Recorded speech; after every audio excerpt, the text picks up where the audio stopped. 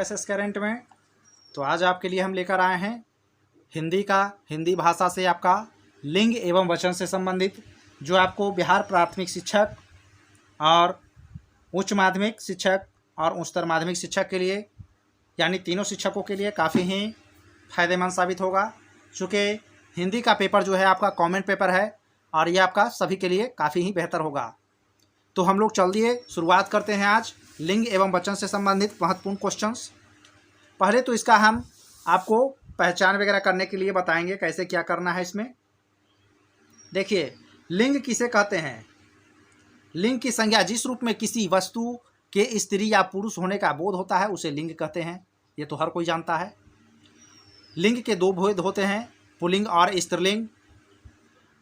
चलिए next topic की ओर बढ़ते हैं। देखिए, पुल्लिंग के उस रूप को कहते हैं जिसमें उसके पुरुष होने का बोध होता है, जैसे घोड़ा, चना, लड़का इत्यादि। स्त्रीलिंग में स्त्री संज्ञा उसी को कहते हैं जिससे स्त्री के होने का बोध होता है, जैसे सीता, लड़की, घोड़ी, टोपी, हवा। अब चलिए यहाँ पुल्लिंग का हम लोग देख लेते हैं कुछ पॉइंट, टॉपिक जो आपको समझिए कि रट जाना है, याद कर लेना है, जो भी कहिए। पहला देखिए, पहला इसमें है दोस्तों, ये आपको याद ही करना पड़ेगा, चूँकि याद नहीं रखिएगा तो आप भूल जाइएगा। पहला आपका कहता है महीने का नाम।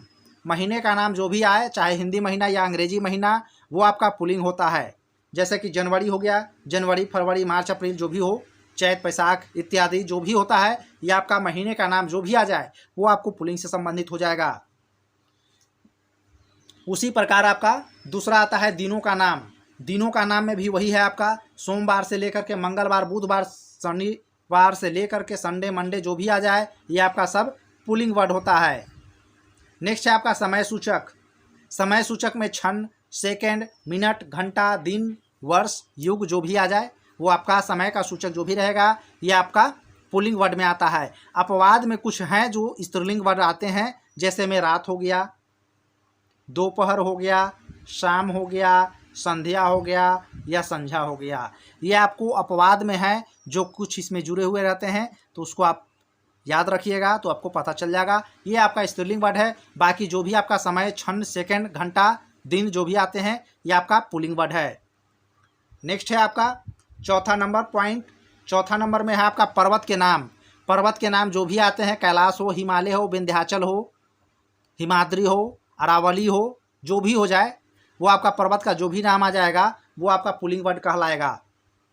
फलों के नाम में भी वही है आपका, केवल अपवाद में एक को छोड़कर, लीची को छोड़कर जो भी फल के नाम आते हैं, अमरूद हो गया, सेब हो गया, आम, केला, अनानास जो भी हो जाएगा सब आपका पुल्लिंग हो जाएगा। लीची को छोड़कर अपवाद में वो स्त्रीलिंग है। देश के नाम जो भी आ जाए आपका सब पुल्लिंग शब्द में आते हैं। आपका Canada, Bharat, India, Japan, America जो भी हो जाए वो आपका सब पुल्लिंग वर्ड में चलाएंगे। अब द्रव्य में आते हैं तो अपवाद में एक दो वर्ड छोड़ करके आपका सब जो है पुल्लिंग वर्ड आता है, जैसे कि चाय और लस्सी। चाय और लस्सी को छोड़कर घी, तेल, शरबत जो भी उसमें आते हैं सब आपका पुल्लिंग वर्ड कहलाएगा। तो इसको आप याद कर लीजिएगा तभी संभव है, नहीं तो दूसरा कोई उपाय नहीं है दोस्तों। अब समय भी बहुत कम है ना एग्ज़ाम का। आज आपका 4 तारीख हो गया है, 24 तारीख से एग्ज़ाम ही है, मात्र 20 दिन बचा हुआ है। हिंदी को तो मेहनत करना ही है। हिंदी नहीं मेहनत कीजिएगा, हिंदी पेपर अगर आपका नहीं निकलता है तो समझिए कि वहीं से आपका बाई कट हो जाएगा। सेकेंड पेपर पर आपका होगा ही नहीं, एग्ज़ाम दीजिएगा लेकिन उसका चेक ही नहीं होगा आपका कॉपी। जैसे ही अगर आप फर्स्ट पेपर में आप फेल करते हैं तो फर्स्ट पेपर को फेल नहीं होना है दोस्तों। हम यही कहेंगे कि आप मेहनत कीजिए, मेहनत करने में ज़रा सा भी कोताही मत बरतिए। 8वां है आपका वृक्ष के नाम। वृक्ष के नाम जो भी आपका आ जाता है उसमें आपका सब पुल्लिंग वर्ड हो जाएगा।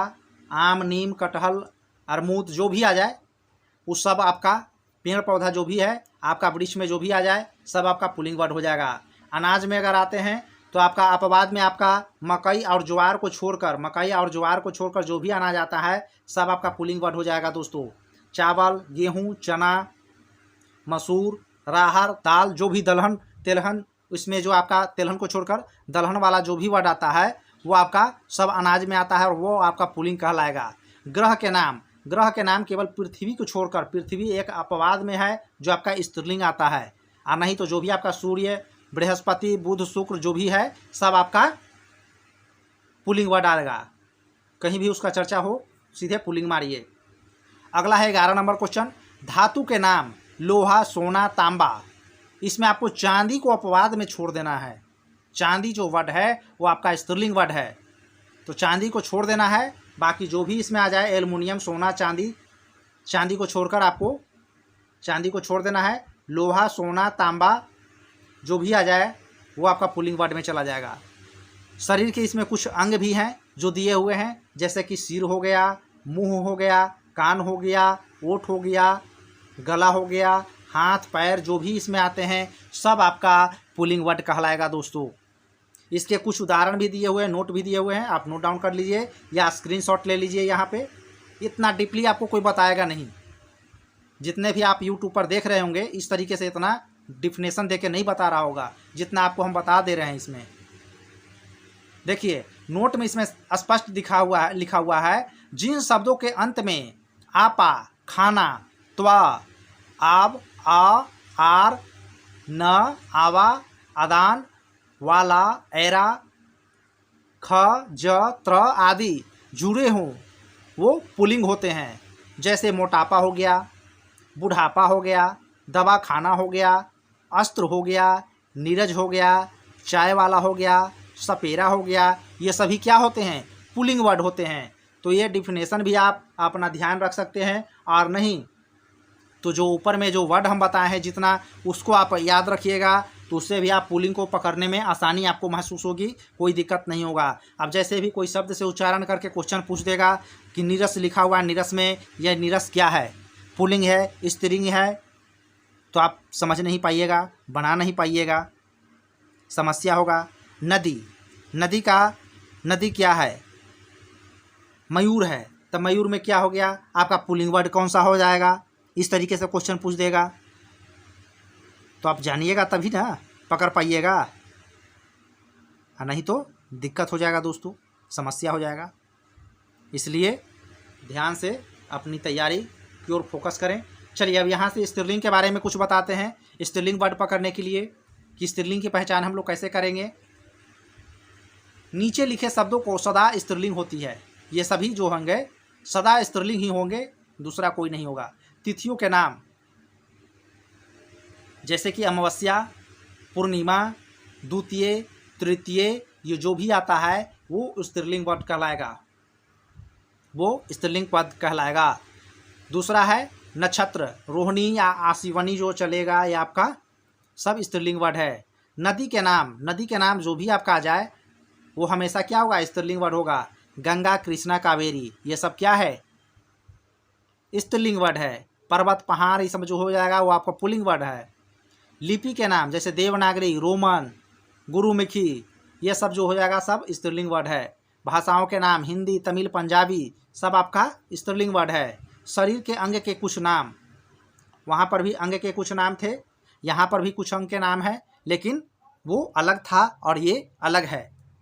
उसमें ओठ वगैरह था, ओठ था, नाक था, मुंह था, जो आपको पुल्लिंग वर्ड आता है। ये कुछ अंदरूनी पार्ट्स हैं या कुछ अलग हैं, जैसे कि शरीर के कुछ अंग हो गए, जैसे कि जीभ हो गया, मूछ हो गया, गर्दन हो गया, ये आपका कौन सा है? स्त्रीलिंग वर्ड है। इसे क्या कहेंगे? स्त्रीलिंग कहेंगे।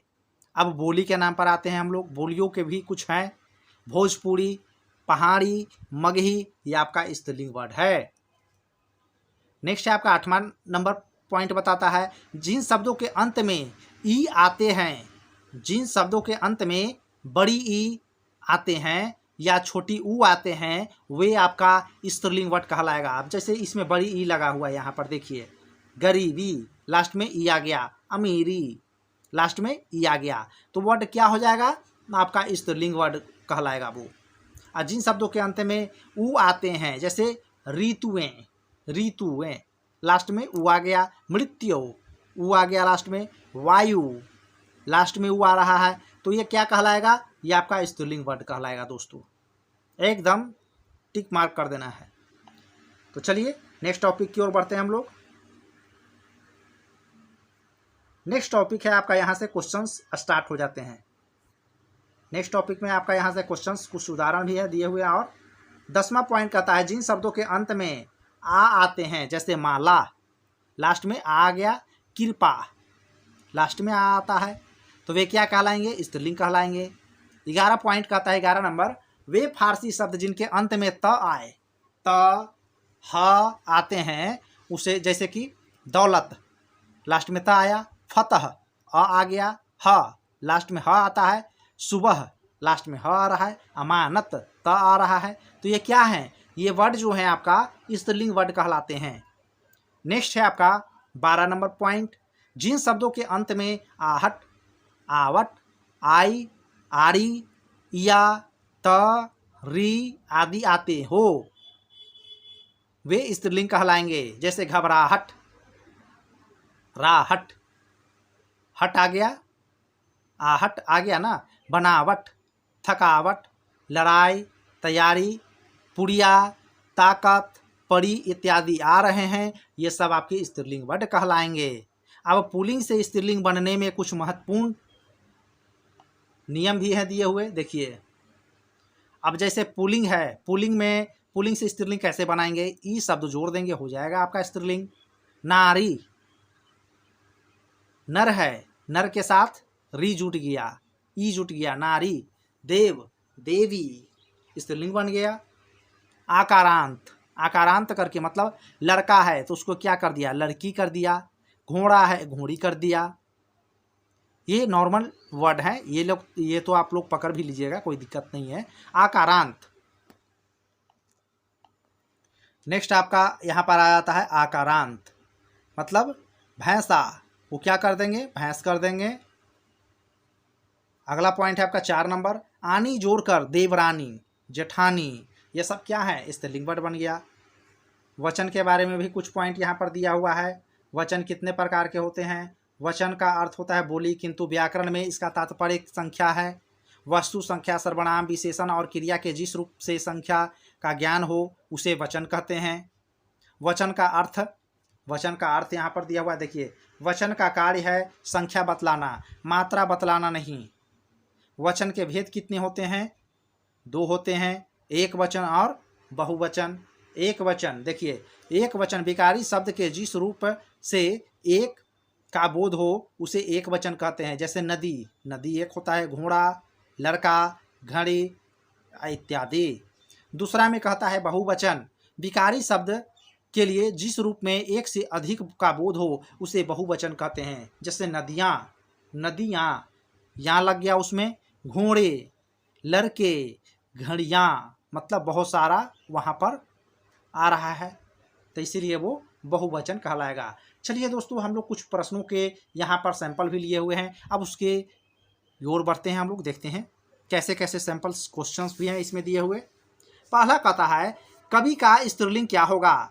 कवि का स्त्रीलिंग क्या होगा? इसका सही जवाब हो जाएगा, देखिए इसमें पकड़िए, आप लोग भी जानकारी है तो कमेंट बॉक्स में कमेंट जरूर करें। देखिए, कवि का स्त्रीलिंग हो जाता है आपका कवित्री, ऑप्शन नंबर 20 का सही जवाब हो जाएगा। दूसरा है आपका क्वेश्चन, जेठ शब्द का स्त्रीलिंग रूप क्या होगा? जेठानी, जेठ का हो जाएगा जेठानी, ऑप्शन नंबर 20 का सही जवाब हो जाएगा। अगला क्वेश्चन है देव शब्द का स्त्रीलिंग क्या होगा? देव शब्द का स्त्रीलिंग शब्द क्या बनेगा? बनाइए। देव शब्द का स्त्रीलिंग बनेगा देवी, ऑप्शन नंबर 30 का सही जवाब हो जाएगा दोस्तों। चौथा का बताइए आप लोग, कौआ शब्द का स्त्रीलिंग क्या होगा? कौआ शब्द का स्त्रीलिंग क्या होगा? बताइए, कमेंट कीजिए।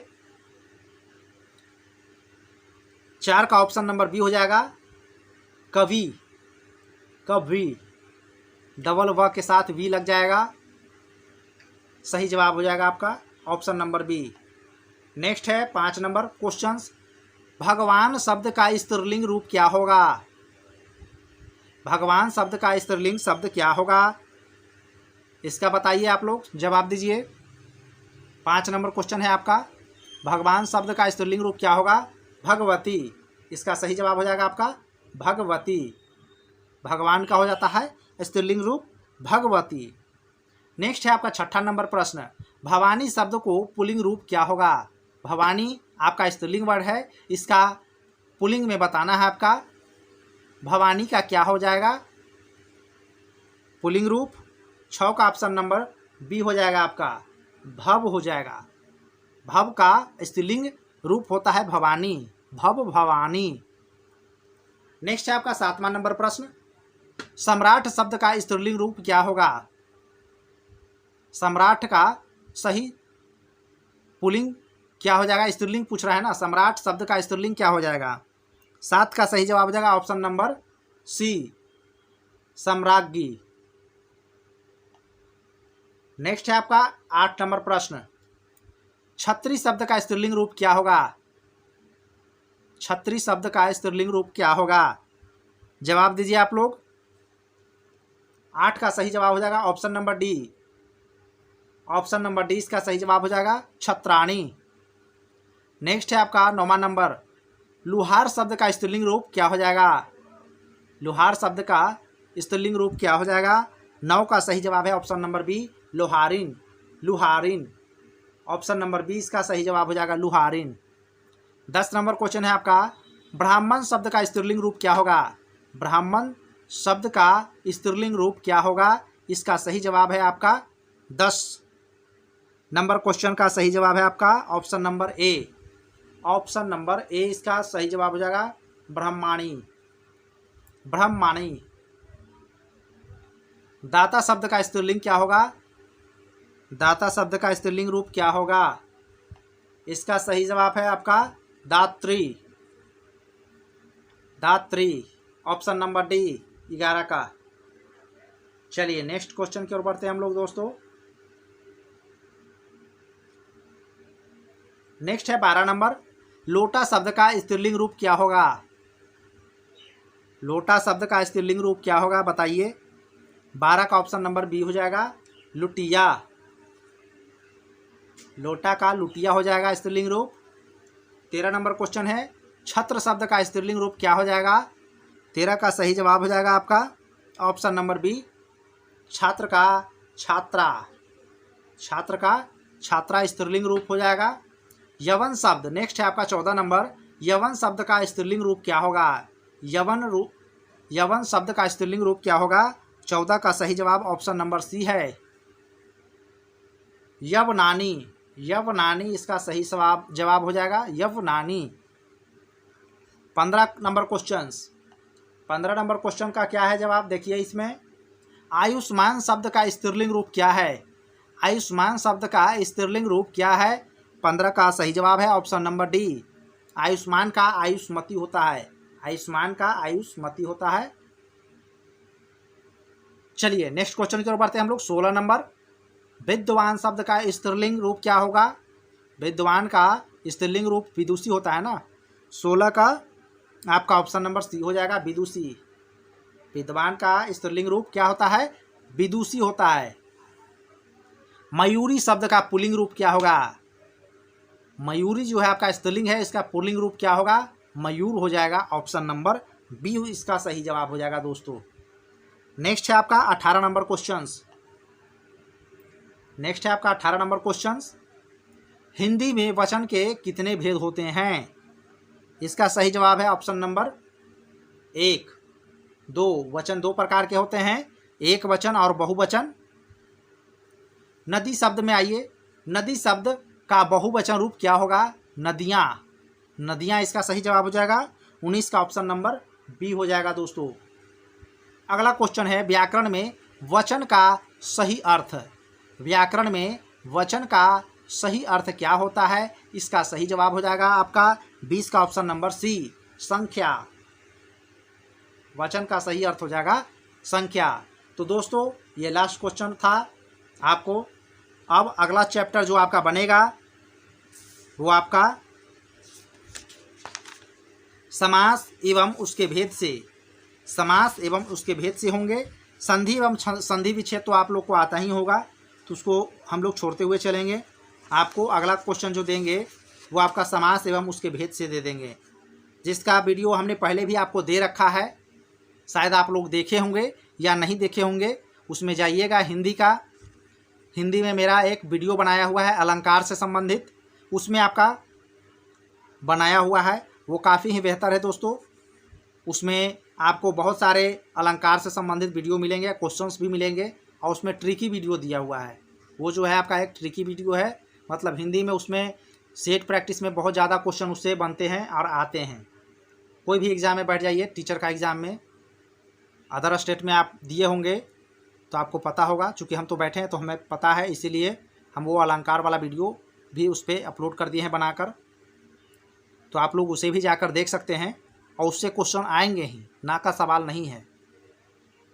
यमक अलंकार हो गया, उपमा अलंकार हो गया, रूपक अलंकार हो गया, उत्प्रेक्षा अलंकार हो गया, मानवीय अलंकार हो गया, तो उसमें सारा आपका शॉर्ट ट्रिक के माध्यम से बताया हुआ है। उसको अगर आप देख लीजिएगा तो समझिए कि 4 से 5 क्वेश्चन अगर आते हैं तो आपको कहीं जाने वाला नहीं है हिंदी में, जान लीजिए। तो अगला वीडियो आपका समास और उसके भेद से रहेंगे, तो अपनी तैयारी करते रहिए दोस्तों। धन्यवाद।